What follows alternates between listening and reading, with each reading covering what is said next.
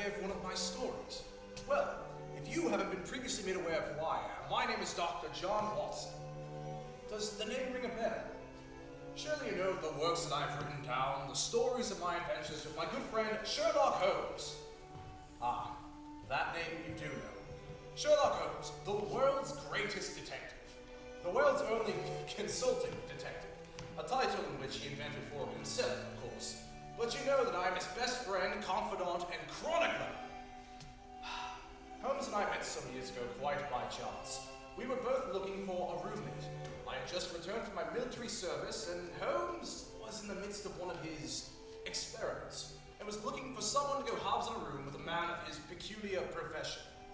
Holmes was certainly not a difficult man to live with. He was quiet in his ways, and his habits were regular.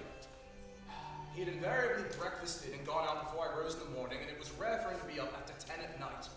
Some days he spent his time at the chemical laboratory, sometimes in the dissecting rooms, and occasionally on long walks which would take him to the lowest portions of the city. Nothing could exceed his energy when the working fit was upon him. But now and again, a reaction would seize him, and for days on end, he would lie upon the sofa in the sitting room, hardly uttering a word or moving a muscle from morning to night. On these occasions, I had suspected him of being addicted to the use of some narcotic, had not the temperance and cleanliness of his entire life forbidden such a notion. But Holmes did have his dark periods, when he couldn't exercise his mind. His mind rebelled at stagnation. And when I married and moved out of our living quarters, it became clear to me that Holmes valued my assistance in his detective work. And quite frankly, I enjoyed chronicling his cases. So, I kept a room at 221B Baker Street, and when the time was available, I would visit, stay over, and assist Holmes with his detective work. The following will be an account of one of the more whimsical adventures Holmes and I had together, and it just so happened to be Christmas time. I had called upon my friend Sherlock Holmes upon the second morning after Christmas with the intentions of wishing him the compliments of the season. He was sitting in a purple dressing gown, a pipe rack within his reach upon the right, and a pile of crumpled morning papers, evidently newly studied, near at hand. In between mine and Holmes's chair hung a very seedy and disreputable hard felt hat, much the worse for wear and cracked in several places. A lens lying upon the seat of the chair had suggested that this hat had been suspended in this manner for the purpose of examination. You are engaged. Perhaps I interrupt you? Not at all. I'm glad to have a friend with whom I can discuss my results. The matter is a perfectly trivial one, but there are points in connection with it which are not entirely devoid of interest or even of instruction. I suppose that thing, homely as it looks, has some deadly story linked to it, that it will guide you to the solution of some mystery and the punishment of some crime. No crime. Only one of those whimsical little incidents which will happen when you have 4 million human beings all jostling for space within a few square miles. Amid the action and reaction of so dense a swarm of humanity, every possible combination of events may be expected to occur, and many a little problem will be presented which may seem striking and bizarre without being criminal. We have already had experience of such. So much so that the last 6 cases, which I added to my notes, 3 of which have been entirely free of any legal crime. Precisely. You allude to my attempts to recover the Irene Adler papers, to the singular case of Miss Mary Sutherland, and to the adventure of the man with the twisted lip. Well, I have no doubt that this small problem will fall into the same innocent category. You know Peterson, the commissionaire? Yes. It is to him that this trophy belongs. Ah, it is his hat. No, he found it. Its owner is unknown. I beg that you will look at it not as a battered billycock, but as an intellectual problem. But as to how it came here, it arrived on Christmas morning in company with a good fat goose, which I have no doubt is roasting at this very moment in front of Peterson's fire. But the facts are these. At about 4 o'clock on Christmas morning, Peterson, who as you know is a very honest fellow, was returning from some small jollification and making his way homeward down Tottenham Court Road. In front of him in the gaslight, he saw a tallish man walking with a slight stagger with a white goose slung over his shoulder. As he reached the corner of Good Street, a row broke out between this stranger and a little knot of roughs. Oi! Where you going, Governor? Bringing a nice bird home to your bird, ain't they? Now look here, you stay away!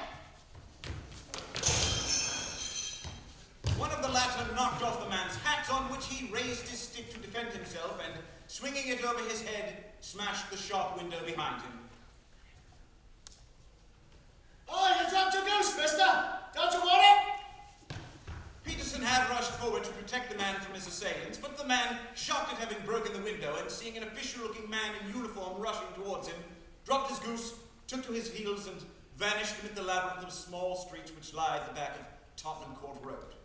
The roughs had also fled at the appearance of Peterson, leaving him in possession of the field of battle and also the spoils of victory, in the shape of this battered felt hat and a most unimpeachable Christmas goose. Which surely he restored to the owner. Therein lies the problem. While it is true that "For Mrs. Henry Baker" was printed upon the small card which was tied to the bird's left leg, and while the initials H.B. are legible upon the inside of the lining, as there are some thousands of Bakers and some hundreds of Henry Bakers in this fair city of ours, it is not easy to return lost property to any one of them. What then did Peterson do? He brought round both hat and goose to me on Christmas morning, knowing that even the smallest of problems were of interest to me. The goose we retained until this morning, when in spite of the slight frost, there were signs that it should be eaten without unnecessary delay. Its finder has carried it off, therefore, to fulfill the ultimate destiny of a Christmas goose, while I retain the hat of the unknown gentleman who lost his Christmas dinner. Did he not advertise? No. Then what clue could you add to his identity? Only as much as we can deduce. From his hat? Precisely. You must be joking. What could you deduce from that battered old felt? Here is my lens. You know my methods. What can you gather yourself as to the individuality of the man who has worn this article?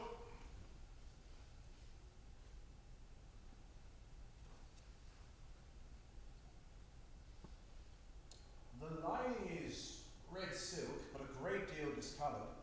No maker's name, but as you mentioned, the initials HB are scrawled upon the inside. Piercing the brim for a hat securer, but the elastic is missing.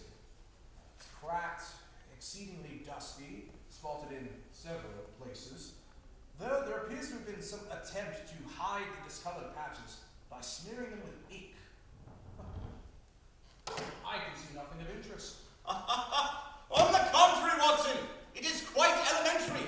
You can see everything. You fail, however, to reason from what you see. You're much too timid in drawing your inferences. Then pray tell me what you can infer from this hat. It is perhaps less suggestive than it might have been, and yet there are a few inferences which are very distinct, and a few others which represent at least a strong balance of probability. That the man was highly intellectual is obvious upon the face of it, and also that he was fairly well-to-do within the last 3 years, although he has now fallen upon evil days. He had foresight, but less now than formerly so, pointing to some moral retrogression, which, when taken with the decline of his fortunes, points to some evil influence, probably drink, at work upon him. This may also account for the obvious fact that his wife has ceased to love him. My dear Holmes. He has, however, retained some degree of self-respect. This is a man who leads a sedentary lifestyle, goes out little, is middle-aged, is out of training entirely, has grizzled hair which he has had cut recently at the barber's, and which he anoints with lime cream. These are the more patent facts which may be deduced from this hat. Also, that it is extremely improbable that this man has gas lamps in his house. Why, certainly, you must be joking. Not in the least. Is it possible that even now, as I give you these results, you are unable to see how they are attained? Well, I have no doubt that I am very stupid, but I must confess I don't follow you. For example, how did you deduce that the man is an intellectual? It is a question of cubic capacity, Watson. A man with so large a brain surely must have something in it. The decline of his fortunes, then? This hat is 3 years old. These flat brims curled up at the edge came in then. This is a hat of the very best quality. Look at the band of ribbed silk and the most excellent lining. If this man could afford so expensive a hat 3 years ago and has not had one since, then he has assuredly gone down in the world. Well, that is clear enough, certainly. But what about the foresight and the moral retrogression? Here is the foresight. These are never sold upon hats. If this man ordered one, it is a sign of a certain amount of foresight, since he went out of his way to take this precaution against the wind. But as we can see that he has broken the elastic and has not bothered to have it replaced, he has less foresight now than formerly so, which is a distinct proof of a weakening nature. He has endeavored to conceal some of these stains upon the felt by daubing them with ink, which is a sign that he has not entirely lost his self-respect. Well, your reasoning is certainly plausible. The further points that he is middle-aged, that he goes out a little, that he has grizzled hair which has been cut recently and which he anoints with lime cream, are all to be gathered from a close examination of the lower parts of the lining. The lens discloses a large number of hair ends, clean cut by the scissors of the barber. They are slightly adhesive, and there is a distinct odor of lime cream. This dust, you will observe, is not the gritty grey dust of the street, but the fluffy brown dust of the house, showing that it has been hung up indoors most of the time, while the marks of moisture upon the inside of the lining are proof positive that the wearer perspired quite freely and could therefore hardly be in the best of training. But his wife, you said she had ceased to love him. This hat has not been brushed for weeks. When I see you, my dear Watson, with a week's accumulation of dust upon your hat, and when your wife allows you to go out of the house in such a state, I shall fear that you too have been unfortunate enough to lose your wife's affection. But he may have been a bachelor.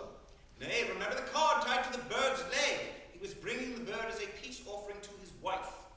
You've an answer to everything, but how did you deduce that he's no gas lamps in his house?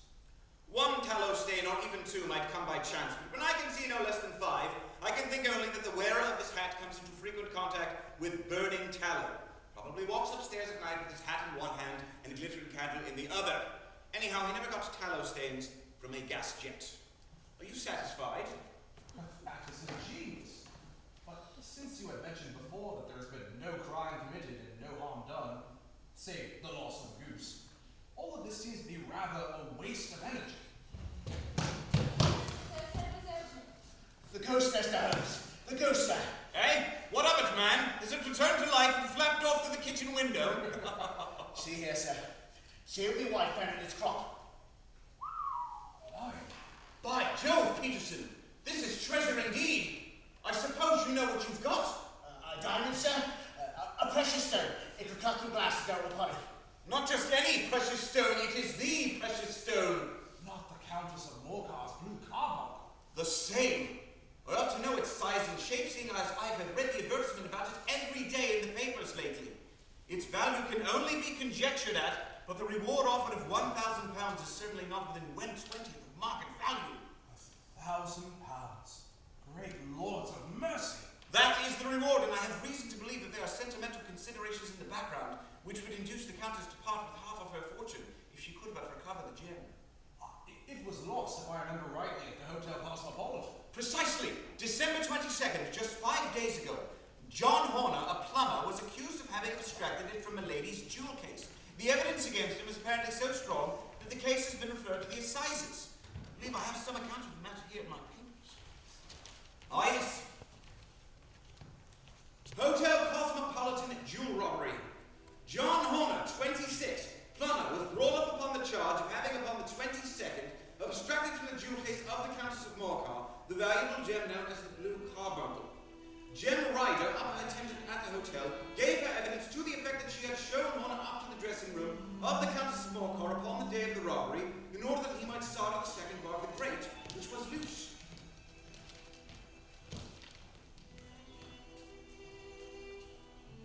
She had remained with Horner some little time, but had finally been called away. On returning, she found that Horner had disappeared, that the bureau had been forced open, and that the small morocco casket in which, as it afterwards transpired, the Countess was accustomed to keep her jewel, was lying empty upon the dressing table.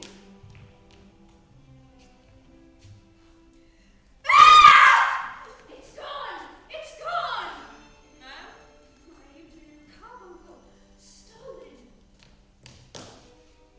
Oh my. Oh dear. The blue carbuncle? It's been stolen! Police! Police! Ma'am, are you alright? Hold on, please, ma'am. My carbuncle. Ryder instantly gave the alarm, and Horner was arrested the same evening, but the stone could not be found either upon his person or in his rooms. Catherine Cusack, maid to the Countess, confirmed Ryder's account that the stone was missing. Inspector Bradstreet, B Division, gave evidence as to the arrest of Horner, who struggled frantically and protested his innocence in the strongest terms. I'd son, just tell me once more why I should believe a previously convicted thief like yourself is innocent. Sweetie, sir. I didn't touch anything but the degree I was working on. Tell to the judge. Evidence of a previous conviction for robbery having been given against the prisoner, the magistrate refused to deal summarily with the offence, but referred it to the assizes. Horner, who had shown signs of intense emotion during the proceedings, fainted away at the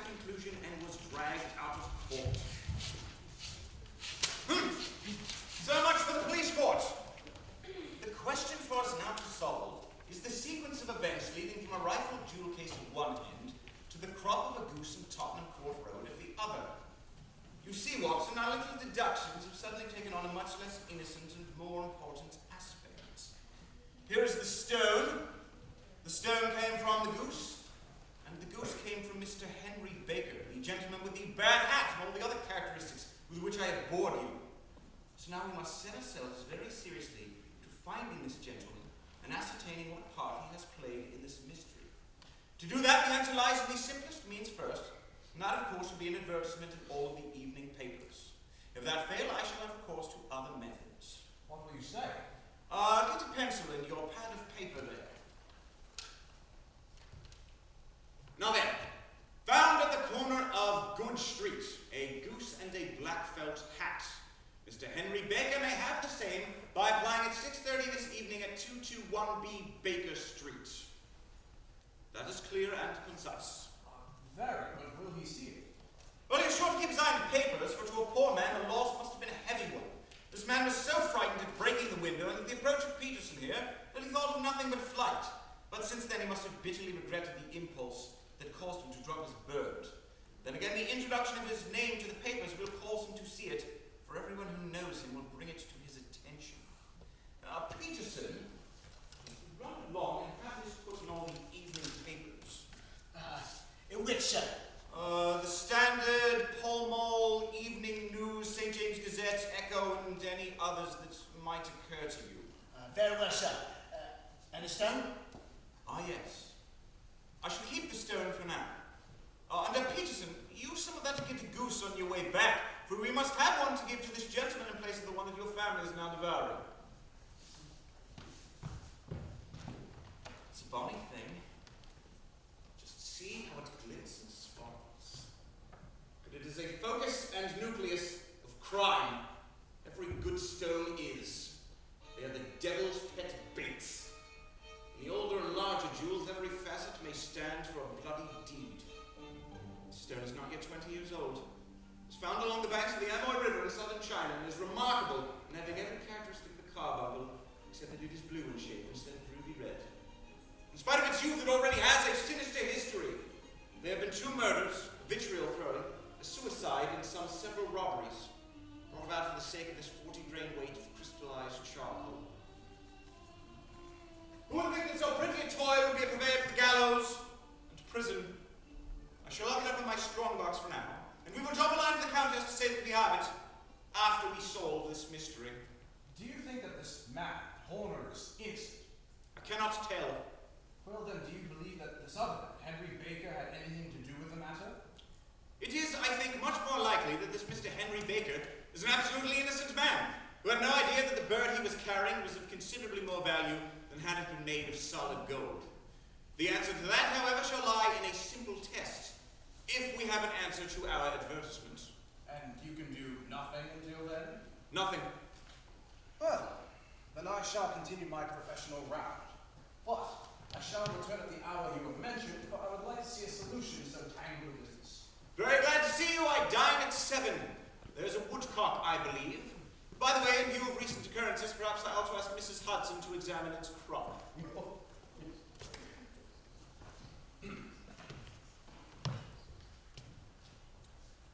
I had been delayed at a case, and it was a little after 6:30 when I found myself in Baker Street once more. When I approached the house, I saw a tall man in a Scotch bonnet with a coat that was buttoned up to his chin, standing in the bright semicircle which was being thrown from the fanlight. Just as I arrived, the door was opened, and we were both shown up together in Holmes's room. Hello, Dr. Watson. We were expecting you. This is Mr. Henry Baker. Let me show you up to the study.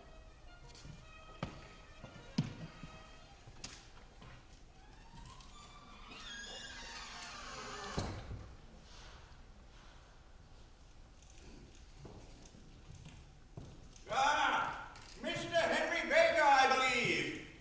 Pray take the chair by the fire, Mr. Baker. It's a cold night, and I can see your circulation is more suited for summer than for winter.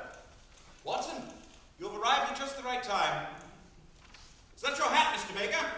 Yes, sir. That is undoubtedly my hat. We have retained these things for several days for you because we expected an advertisement from you giving your address. I am at a loss now to know why you did not advertise. Well, shillings have not been so plentiful as they once were. I have no doubt that the gang of roughs who assaulted me carried out both the bird and the hat. I do not care to spend any more money on any attempt at recovering them. Very naturally. By the way, about the bird, we were compelled to eat it. Please, sir. Yes, thank you. Yes, it would have been of no use to anyone had we not done so. Thank you, Mrs. Hudson. But I presume that this other bird here, about the same size and weight and perfectly fresh, will answer your purpose equally well. Certainly. Certainly. Oh, of course, we still have the feathers, legs, crop, and so forth of your bird, so if you wish. They might be used to me as relics, but beyond that, I can hardly see what the guts of my acquaintance are going to be to me. No, sir. I think that with your permission, I will confine my attention to the bird that I perceive right here. There is your bird, then, and there your hats. By the way, would it bore you to tell me where you got the other one from? I'm somewhat of a fowl fancier myself, and I've seldom seen a better-grown goose. Certainly, sir. There are a few of us who frequent the outfield near the museum. A good host wanted to buy a host of the Goose Club, by which, on consideration of some few pence, we were each to receive a bird at Christmas. My pence were duly paid, and the rest is familiar to you. I am much indebted to you, sir, for a Scotch bonnet is fitted neither to my years nor my gravity. You are most welcome. Mrs. Hudson! Please show our friend Mr. Baker out! Right this way, sir. Well, so much for Mr. Henry Baker. It is certain he knows nothing whatever about the matter. Are you hungry, Watson? No, not particularly. Then might I suggest we turn our dinner into a supper and follow up this clue while it is still hot? Oh, by all means. The game, Watson!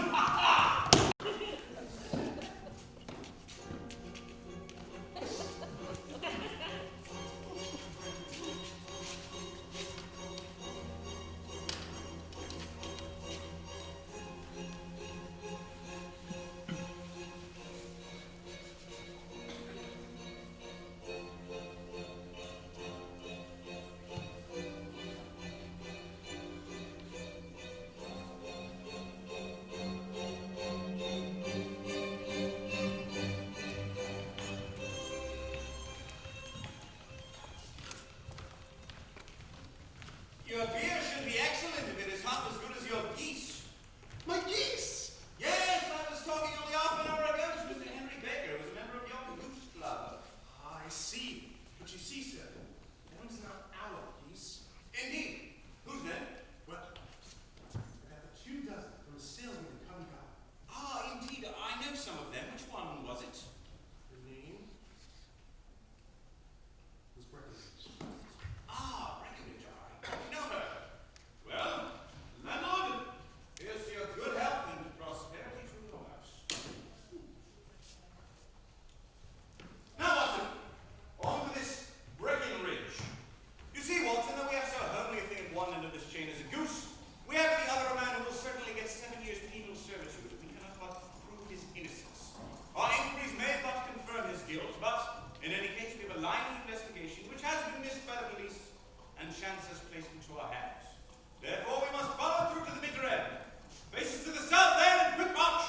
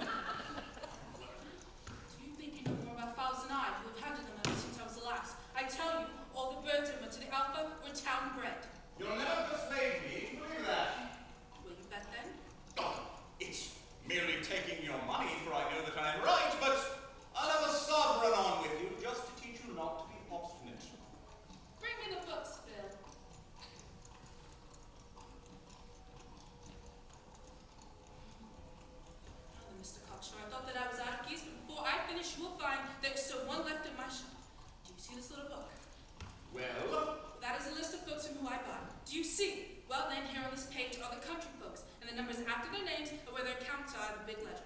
Now then, do you see this other page of red ink? Well, that is a list of my town suppliers. Now just look at the third name and just read it out to me. Mrs. Oshart, 117 Brixton Road, 249. Quite so. Now turn that up in the ledger. Mrs. Oshart, 117 Brixton Road, Egg and Poultry Supplier. Right, now what is the last entry? 724th, lot of geese at 8 shillings 6pence. Quite so, there you are, and underneath. Sold to Mr. Windigate at the Alpha at 12 shillings. What have you to say now?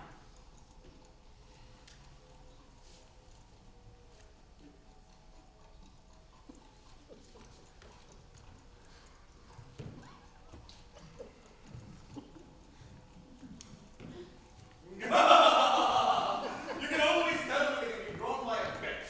I dare say that I'd put £100 down in front of her, reckon it would not give me such complete information as was to be drawn from her when she thought she was doing me on a wager.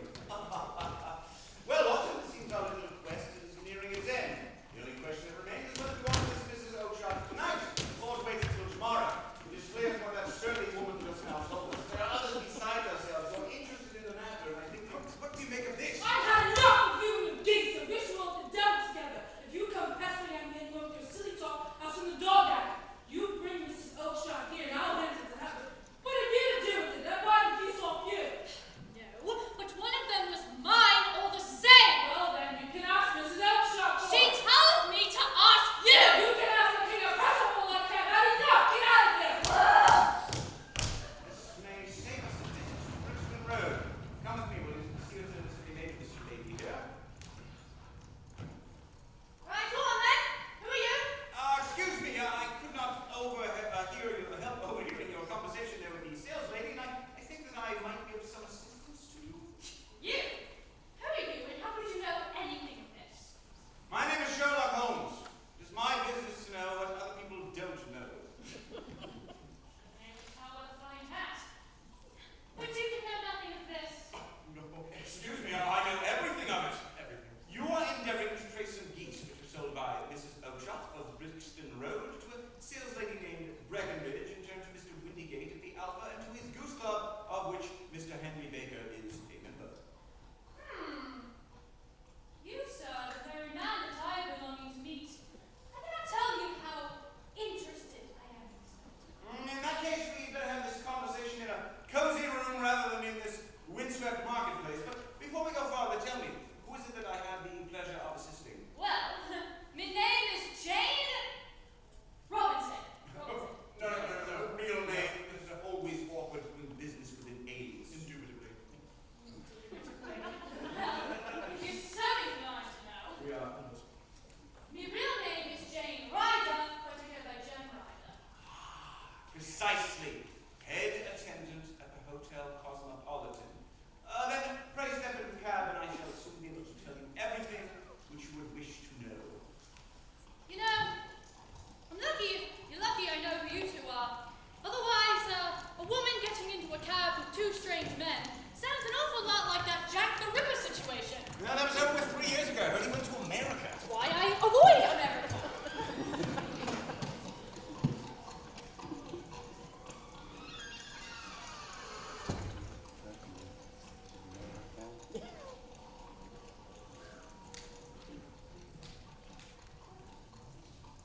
Now then, the fire looks very seasonable in this weather. Pray take the wooden chair there. Now then, you want to know about those geese? Yes, sir. Or it was one goose, rather? I fancy there was one goose you were interested in. White with a black bar across the tail, was it? Oh, sir, can you tell me where it went to? It came here. Here? Yes, and a most remarkable bird it proved. It's no wonder you should take an interest in it. Laid an egg after it was dead. The bonniest, brightest little blue egg that ever was. I have it here in my museum. The game's up, Ryder! Ease up, woman, you'll fall into the fire! Watson, give her an arm back into the chair. She's She's not got blood enough to win for felony with impunity. Give her a dash of that brandy, will you? Oh, God. There you go, lass. Now she looks a little more human. What a shrimp it is, to be sure. I have almost every link in my hands and all the proofs which I could possibly need, so there is little you need tell me. However, that little may as well be cleared up to make this case complete. You had heard, Ryder, of this blue stone of the Countess of Morcar? It was Captain Cusack who told me of it. I see. Her ladyship's waiting maid. Well, the temptation of sudden wealth so easily acquired was too much for you as it had been for better persons before you. But you were not very scrupulous in the means that you used. Seems to me, Ryder, there are the makings of a very pretty villain in you. You knew that this man Horner had been concerned in some such matter before, and that suspicion would rest all the more easily upon him. So what did you do then? You made some small job in my lady's room, you and your confederate Cusack, and you managed that he should be the man called for. Then, when he left the room, you rifled the jewel case, raised the alarm, and had this poor unfortunate man arrested. You then... For God's sake, have mercy! Think of me, Mother. Of me, Mother. Oh, it would break their hearts. I never went wrong before, and I never will again. I'll swear it. I'll swear it on a Bible. Just don't bring it into court. For pity's sake, don't! Get back into your chair. It is very well to cringe and crawl now, but you thought little about this poor Horner of the dock for a crime of which you knew nothing. I will fly, Mr. Holmes. I will leave the country, sir. Then the charge against him will break down. We will talk about that. But first, let us hear a true account of the next act. How came the stone into the goose, and how came the goose onto the open market? Tell us the truth, for therein lies your only hope of safety. I will tell you, just as it happened, sir.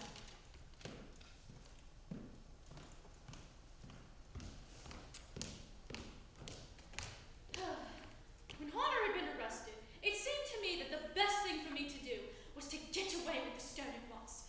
For I did not know at what moment the police might take it into their heads to search me and my room. There was no place about the hotel where it would be safe, that's for certain. So I headed out, as if I was on some sort of commission, and I headed right for the assistance. Jen! What's the matter with you? You look afraid. There was a jewel robbery at the hotel. Just shake it up is all. I'm glad you came by. Remember, I said you kept the best one of our niece for your Christmas present. I've just finished the cooking inside.